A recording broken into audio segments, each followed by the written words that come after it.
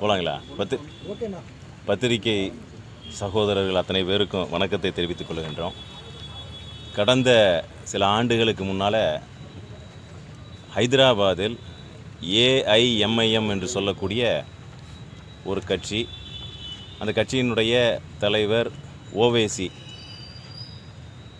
ஒரு மிகப்பெரிய ஒரு சர்ச்சைக்குரிய ஒரு பேச்சை பேசி அது நாடு முழுக்க ஒரு கொந்தளிப்பை ஏற்படுத்தியிருந்தது. அதன் தொடர்ச்சியாக பல்வேறு இடங்களில் சமூக நல்லிணக்கத்திற்கு குந்தகம் விளைவிக்கின்ற வகையில் ஊர் ஏற்பட்டு பல்வேறு பிரச்சனைகள் அதனால் ஏற்பட்டிருந்தது. அவர் சொன்ன வார்த்தை, 15 நிமிடம் காவல்துறையை விலக்கிக் கொள்ளுங்கள், எங்களுடைய எதிரிகள் அத்தனை பேரையும் முடித்து கட்டிவிடுவோம் என்று சொல்லாமல் இந்துக்களை குறிவைத்து அவர் சொல்லியிருந்தார். மிகப்பெரிய ஒரு பிரச்சனையை நாடு முழுக்க அந்த கொந்தளிப்பும் பிரச்சனையையும் சந்தித்தது. இப்பொழுது அதே போல் தமிழ்நாடு முஸ்லிம் முன்னேற்றக் கழகம், மனிதநேய மக்கள் கட்சியினுடைய மாநிலத்தினுடைய துணை பொதுச் செயலாளர் யாக்கூப் என்பவர் 15/11/2024 தாம்பரம் அருகே ஒரு பொது விழாவில் மிகவும் அருவருக்கத்தக்க வகையில் எங்களுடைய மாநிலத்தினுடைய ஒருங்கிணைப்பாளர் அண்ணன் திரு ஹெச் ராஜா அவர்களுக்கு பகிரங்கமாக ஒரு கொலை மிரட்டல் விடுத்திருக்கின்றார். அதாவது தமிழ்நாட்டு அரசாங்கத்திற்கு, அவர் சொன்னது அப்படியே சொல்கிறேன், தமிழ்நாடு அரசாங்கத்திற்கு நான் ஒன்று சொல்லுகின்றேன், ஹெச் ராஜாவுக்கு 2 மணி நேரம் நீங்கள் பாதுகாப்பை விலக்கி கொள்ளுங்கள் என்று சொன்னால் அவர் எந்த மீடியாவுக்கு இனிமேல் பேட்டி கொடுக்க மாட்டார். அவர் எங்கு கொடுத்தாரோ அதுதான் இறுதியாக இருக்கும். அப்படின்னா என்ன? அதுதான் அவருடைய கடைசி பேட்டி. அவரை தீர்த்து கட்டிவிடுவோம் என்கின்ற பாணியில் சொல்லியிருக்கின்றார். ஒரு பயங்கரவாதி, தேச துரோகி அப்படின்னு எல்லாம் சொல்லி எங்களுடைய தலைவருடைய கண் அசைவுக்கு கட்டுப்பட்டு நாங்கள் இருக்கின்றோம். இல்லை என்று சொன்னால் நீங்கள் எங்குமே, அதாவது ஹெச் ராஜா அவர்கள் எங்குமே நடமாட முடியாது என்ற தோணியில் பகிரங்கமாக பொதுவெளியில் பேசியிருக்கின்றார். இது இங்கு மட்டும் கிடையாது, நம்முடைய அண்டை மாநிலங்களில் பெரிய பிரச்சனைகளும் அங்கேயும் கூட ஏற்பட்டிருக்கின்றது. அதனால் உடனடியாக தமிழக அரசிலே அங்கம் வைத்து கொண்டு இருக்கக்கூடிய ஒரு கட்சியாக இருக்கக்கூடிய மனிதநேய மக்கள் கட்சி, அதனுடைய துணை பொதுச் செயலாளர் யாகூப் என்பவர் இப்படி பேசியிருக்கின்றார் என்று சொன்னோம்னா அவர் மீது கடுமையான நடவடிக்கை எடுத்து கைது செய்யப்பட வேண்டும்.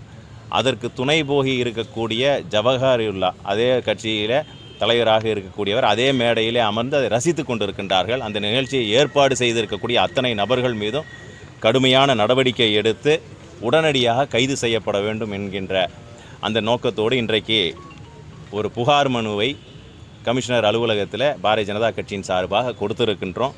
இது எப்படி இருக்கின்றது என்று சொன்னால், இந்த ஹைதராபாத்தில் எப்படி ஒரு கொந்தளிப்பை ஏற்படுத்தியதோ, ஓவேசி என்கின்ற ஒரு நபர் பேசியது எப்படி கொந்தளிப்பை ஏற்படுத்தியதோ, அதே போல் இப்பொழுது மனிதநேய மக்கள் கட்சி தமிழகத்தில் இருக்கக்கூடிய அமைதிக்கு குந்தகம் விளைவிக்கின்ற வகையில் இவர்கள் செயல்பட்டு இருக்கின்றார்கள். உடனடியாக இவர்கள் சம்பந்தப்பட்ட அத்தனை நபர்கள் மீதும் கடுமையாக நடவடிக்கை எடுக்க வேண்டும் என்று நாங்கள் புகார் மனு கொடுத்துருக்கின்றோம்.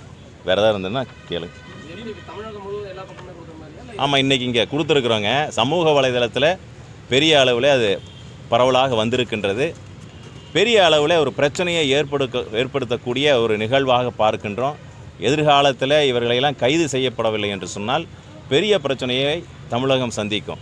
ஏனென்று சொன்னால், ஏற்கனவே தடை செய்யப்பட்ட பாப்புலர் ஃப்ரண்ட் ஆஃப் இந்தியா, அதனுடைய அரசியல் கட்சியாக செயல்பட்டு கொண்டிருக்கக்கூடிய எஸ்டிபிஐ ஒரு பக்கம் கண்காணிக்கக்கூடிய கட்சியாக இருக்கின்றது. தமிழக அரசுக்கு பல்வேறு வகையில் நாங்கள் கோரிக்கை விடுத்திருக்கின்றோம். அதனுடன் சேர்த்து இந்த மனிதநேய மக்கள் கட்சியையும் கூட கண்காணிப்பு வளையத்தில் கொண்டு வர வேண்டும். ஏனென்று சொன்னால், இப்படி பொது வழியில் எங்களுடைய தலைவரை பார்த்து பகிரங்கமாக கொலை செய்யக்கூட தயங்க மாட்டோம் என்று சொல்லுகின்றார்கள் என்று சொன்னோம்னா, அப்படி இதெல்லாம் வேடிக்கை பார்க்கின்றீர்கள்னு சொன்னால் எதை நோக்கி தமிழகம் போய்கொண்டிருக்கின்றன்னு தெரியவில்லை. தினந்தோறும் கொலைகார மாநிலமாக தமிழகம் மாறிக்கொண்டிருக்கின்றது அப்படிங்கிறதுக்கு உதாரணமே இதுதான். முன்பெல்லாம் இரவு நேரங்களிலே கொலை நடக்கும், இப்போது பட்டப்பகலிலே கொலை நடப்பது தான் தமிழகத்தினுடைய இப்போ ட்ரெண்டாக ஆகி கொண்டிருக்கின்றது. அதனால் இவர்களையெல்லாம் உடனடியாக கடுமையான சட்டத்தின் கீழ் கைது செய்யப்பட வேண்டும். அது ஏற்கனவே அங்கே புகார் கொடுத்துருக்கின்றோம். அது சம்பந்தமாக கூட விசாரணை நடந்து கொண்டிருக்கின்றது. நம்பிக்கை இவர்கள் மீது எங்களுக்கு நம்பிக்கை கிடையாது. இது என்னன்னாங்க இப்படி பகிரங்கமாக கொலை மிரட்டல் விடுக்கின்றார்கள் சொன்னோன்னா பயம் யாருக்குமே கிடையாது.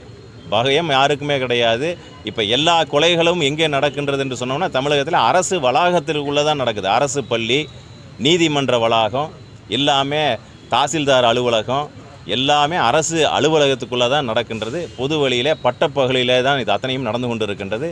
அதனால் இது மிகப்பெரிய ஒரு எச்சரிக்கையை கூட இந்த தருணத்தில் கொடுக்க விரும்புகின்றோம்.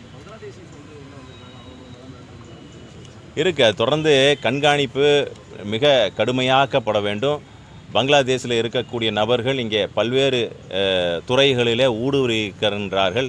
அதில் இப்போ மக்களுக்கு தெரியாது. அவர்கள் ஒவ்வொன்றாக அவர் செய்யக்கூடிய செயல்களெல்லாம் பின்னாளிலே ஒரு மிகப்பெரிய ஒரு ஆபத்தை விளைவிக்க கூடும். அதனால் மிகுந்த எச்சரிக்கையோடு இருக்க வேண்டும். இங்கே இருக்கக்கூடிய இந்த நாங்கள் சொல்லுகின்ற இந்த கட்சிகளுக்கும் இந்த ஊடுருவல்காரர்களுக்கும் என்ன தொடர்பு இருக்கின்றது, அவர்களையெல்லாம் கட்சியிலே சேர்த்திருக்கின்றார்களா, அப்படி ஒரு விஷயம் கூட எங்கள் காதுகளுக்கு வருகின்றது. அதையெல்லாம் கூட தமிழக அரசாங்கம், உளவுத்துறை உடனடியாக அதையெல்லாம் கண்காணிக்க வேண்டும்.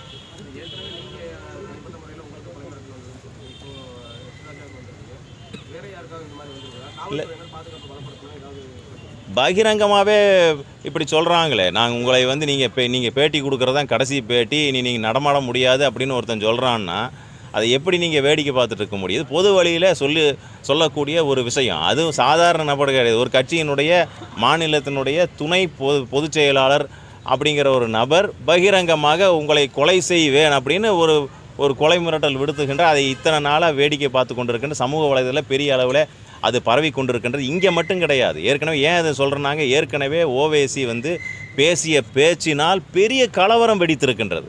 இங்கே மட்டும் கிடையாது, இந்தியா முழுவதும் ஒரு பெரிய கலவரம் வெடித்திருக்கின்றது. 15 நிமிஷம் நீங்கள் காவல்துறையை விலக்கிக் கொள்ளுங்கள், அத்தனை பேர்த்தையும் எங்கள் எதிரியையும் முடித்து கட்டி விடுவோன்னு பப்ளிக்காக பேசுனது இன்றைக்கு அளவுக்கும் கூட பிரச்சனை இருக்கின்றது. அதன் தொடர்ச்சியாகத்தான் இதையும் பார்க்கின்றோம். அதே டோனில் அதே பாணியில் இவர்களும் பேசியிருக்கின்றார். அப்படி சொன்னோம்னா யாராக இருந்தாலும் சரி கடுமையாக நடவடிக்கை எடுக்கப்பட வேண்டும். இல்லைன்றால் பெரிய அளவுக்கு நாங்கள் போராட்டம் செய்வோம்.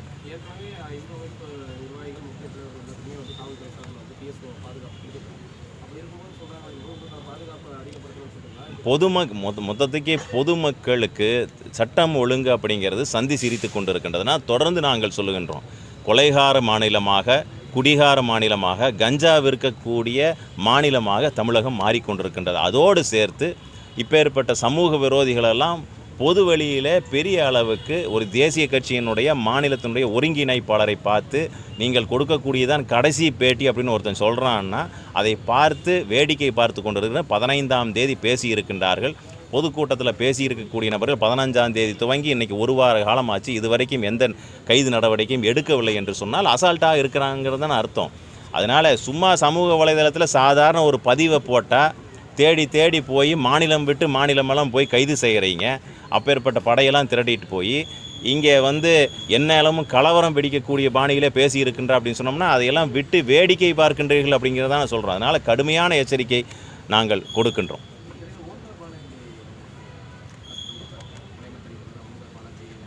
நாங்கள் அதுக்கு சொல்லியிருக்கோம், கடுமையான கண்டனத்தை தெரிவித்திருக்கின்றோம். அவர் கைது செய்யப்பட்ட விதம், அவரை நடத்திய விதம் அத்தனைக்குமே நாம் கண்டனம் தெரிவித்திருக்கின்றோம்.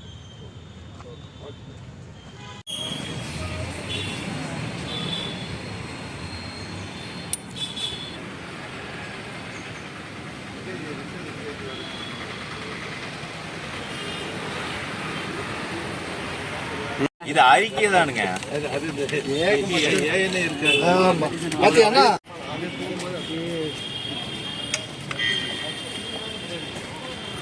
அழிங்க ப்ளூ, நான் நிக்க போறேன்.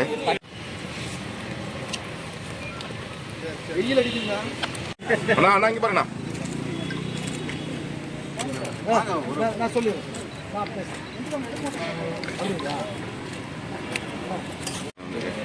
சேர்ந்து வாங்க, உள்ள நல்லா தள்ளி வாங்க.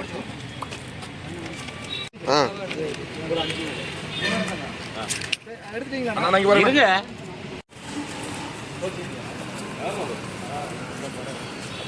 உள்ள எல்லாம் போல இருக்க முடியும்.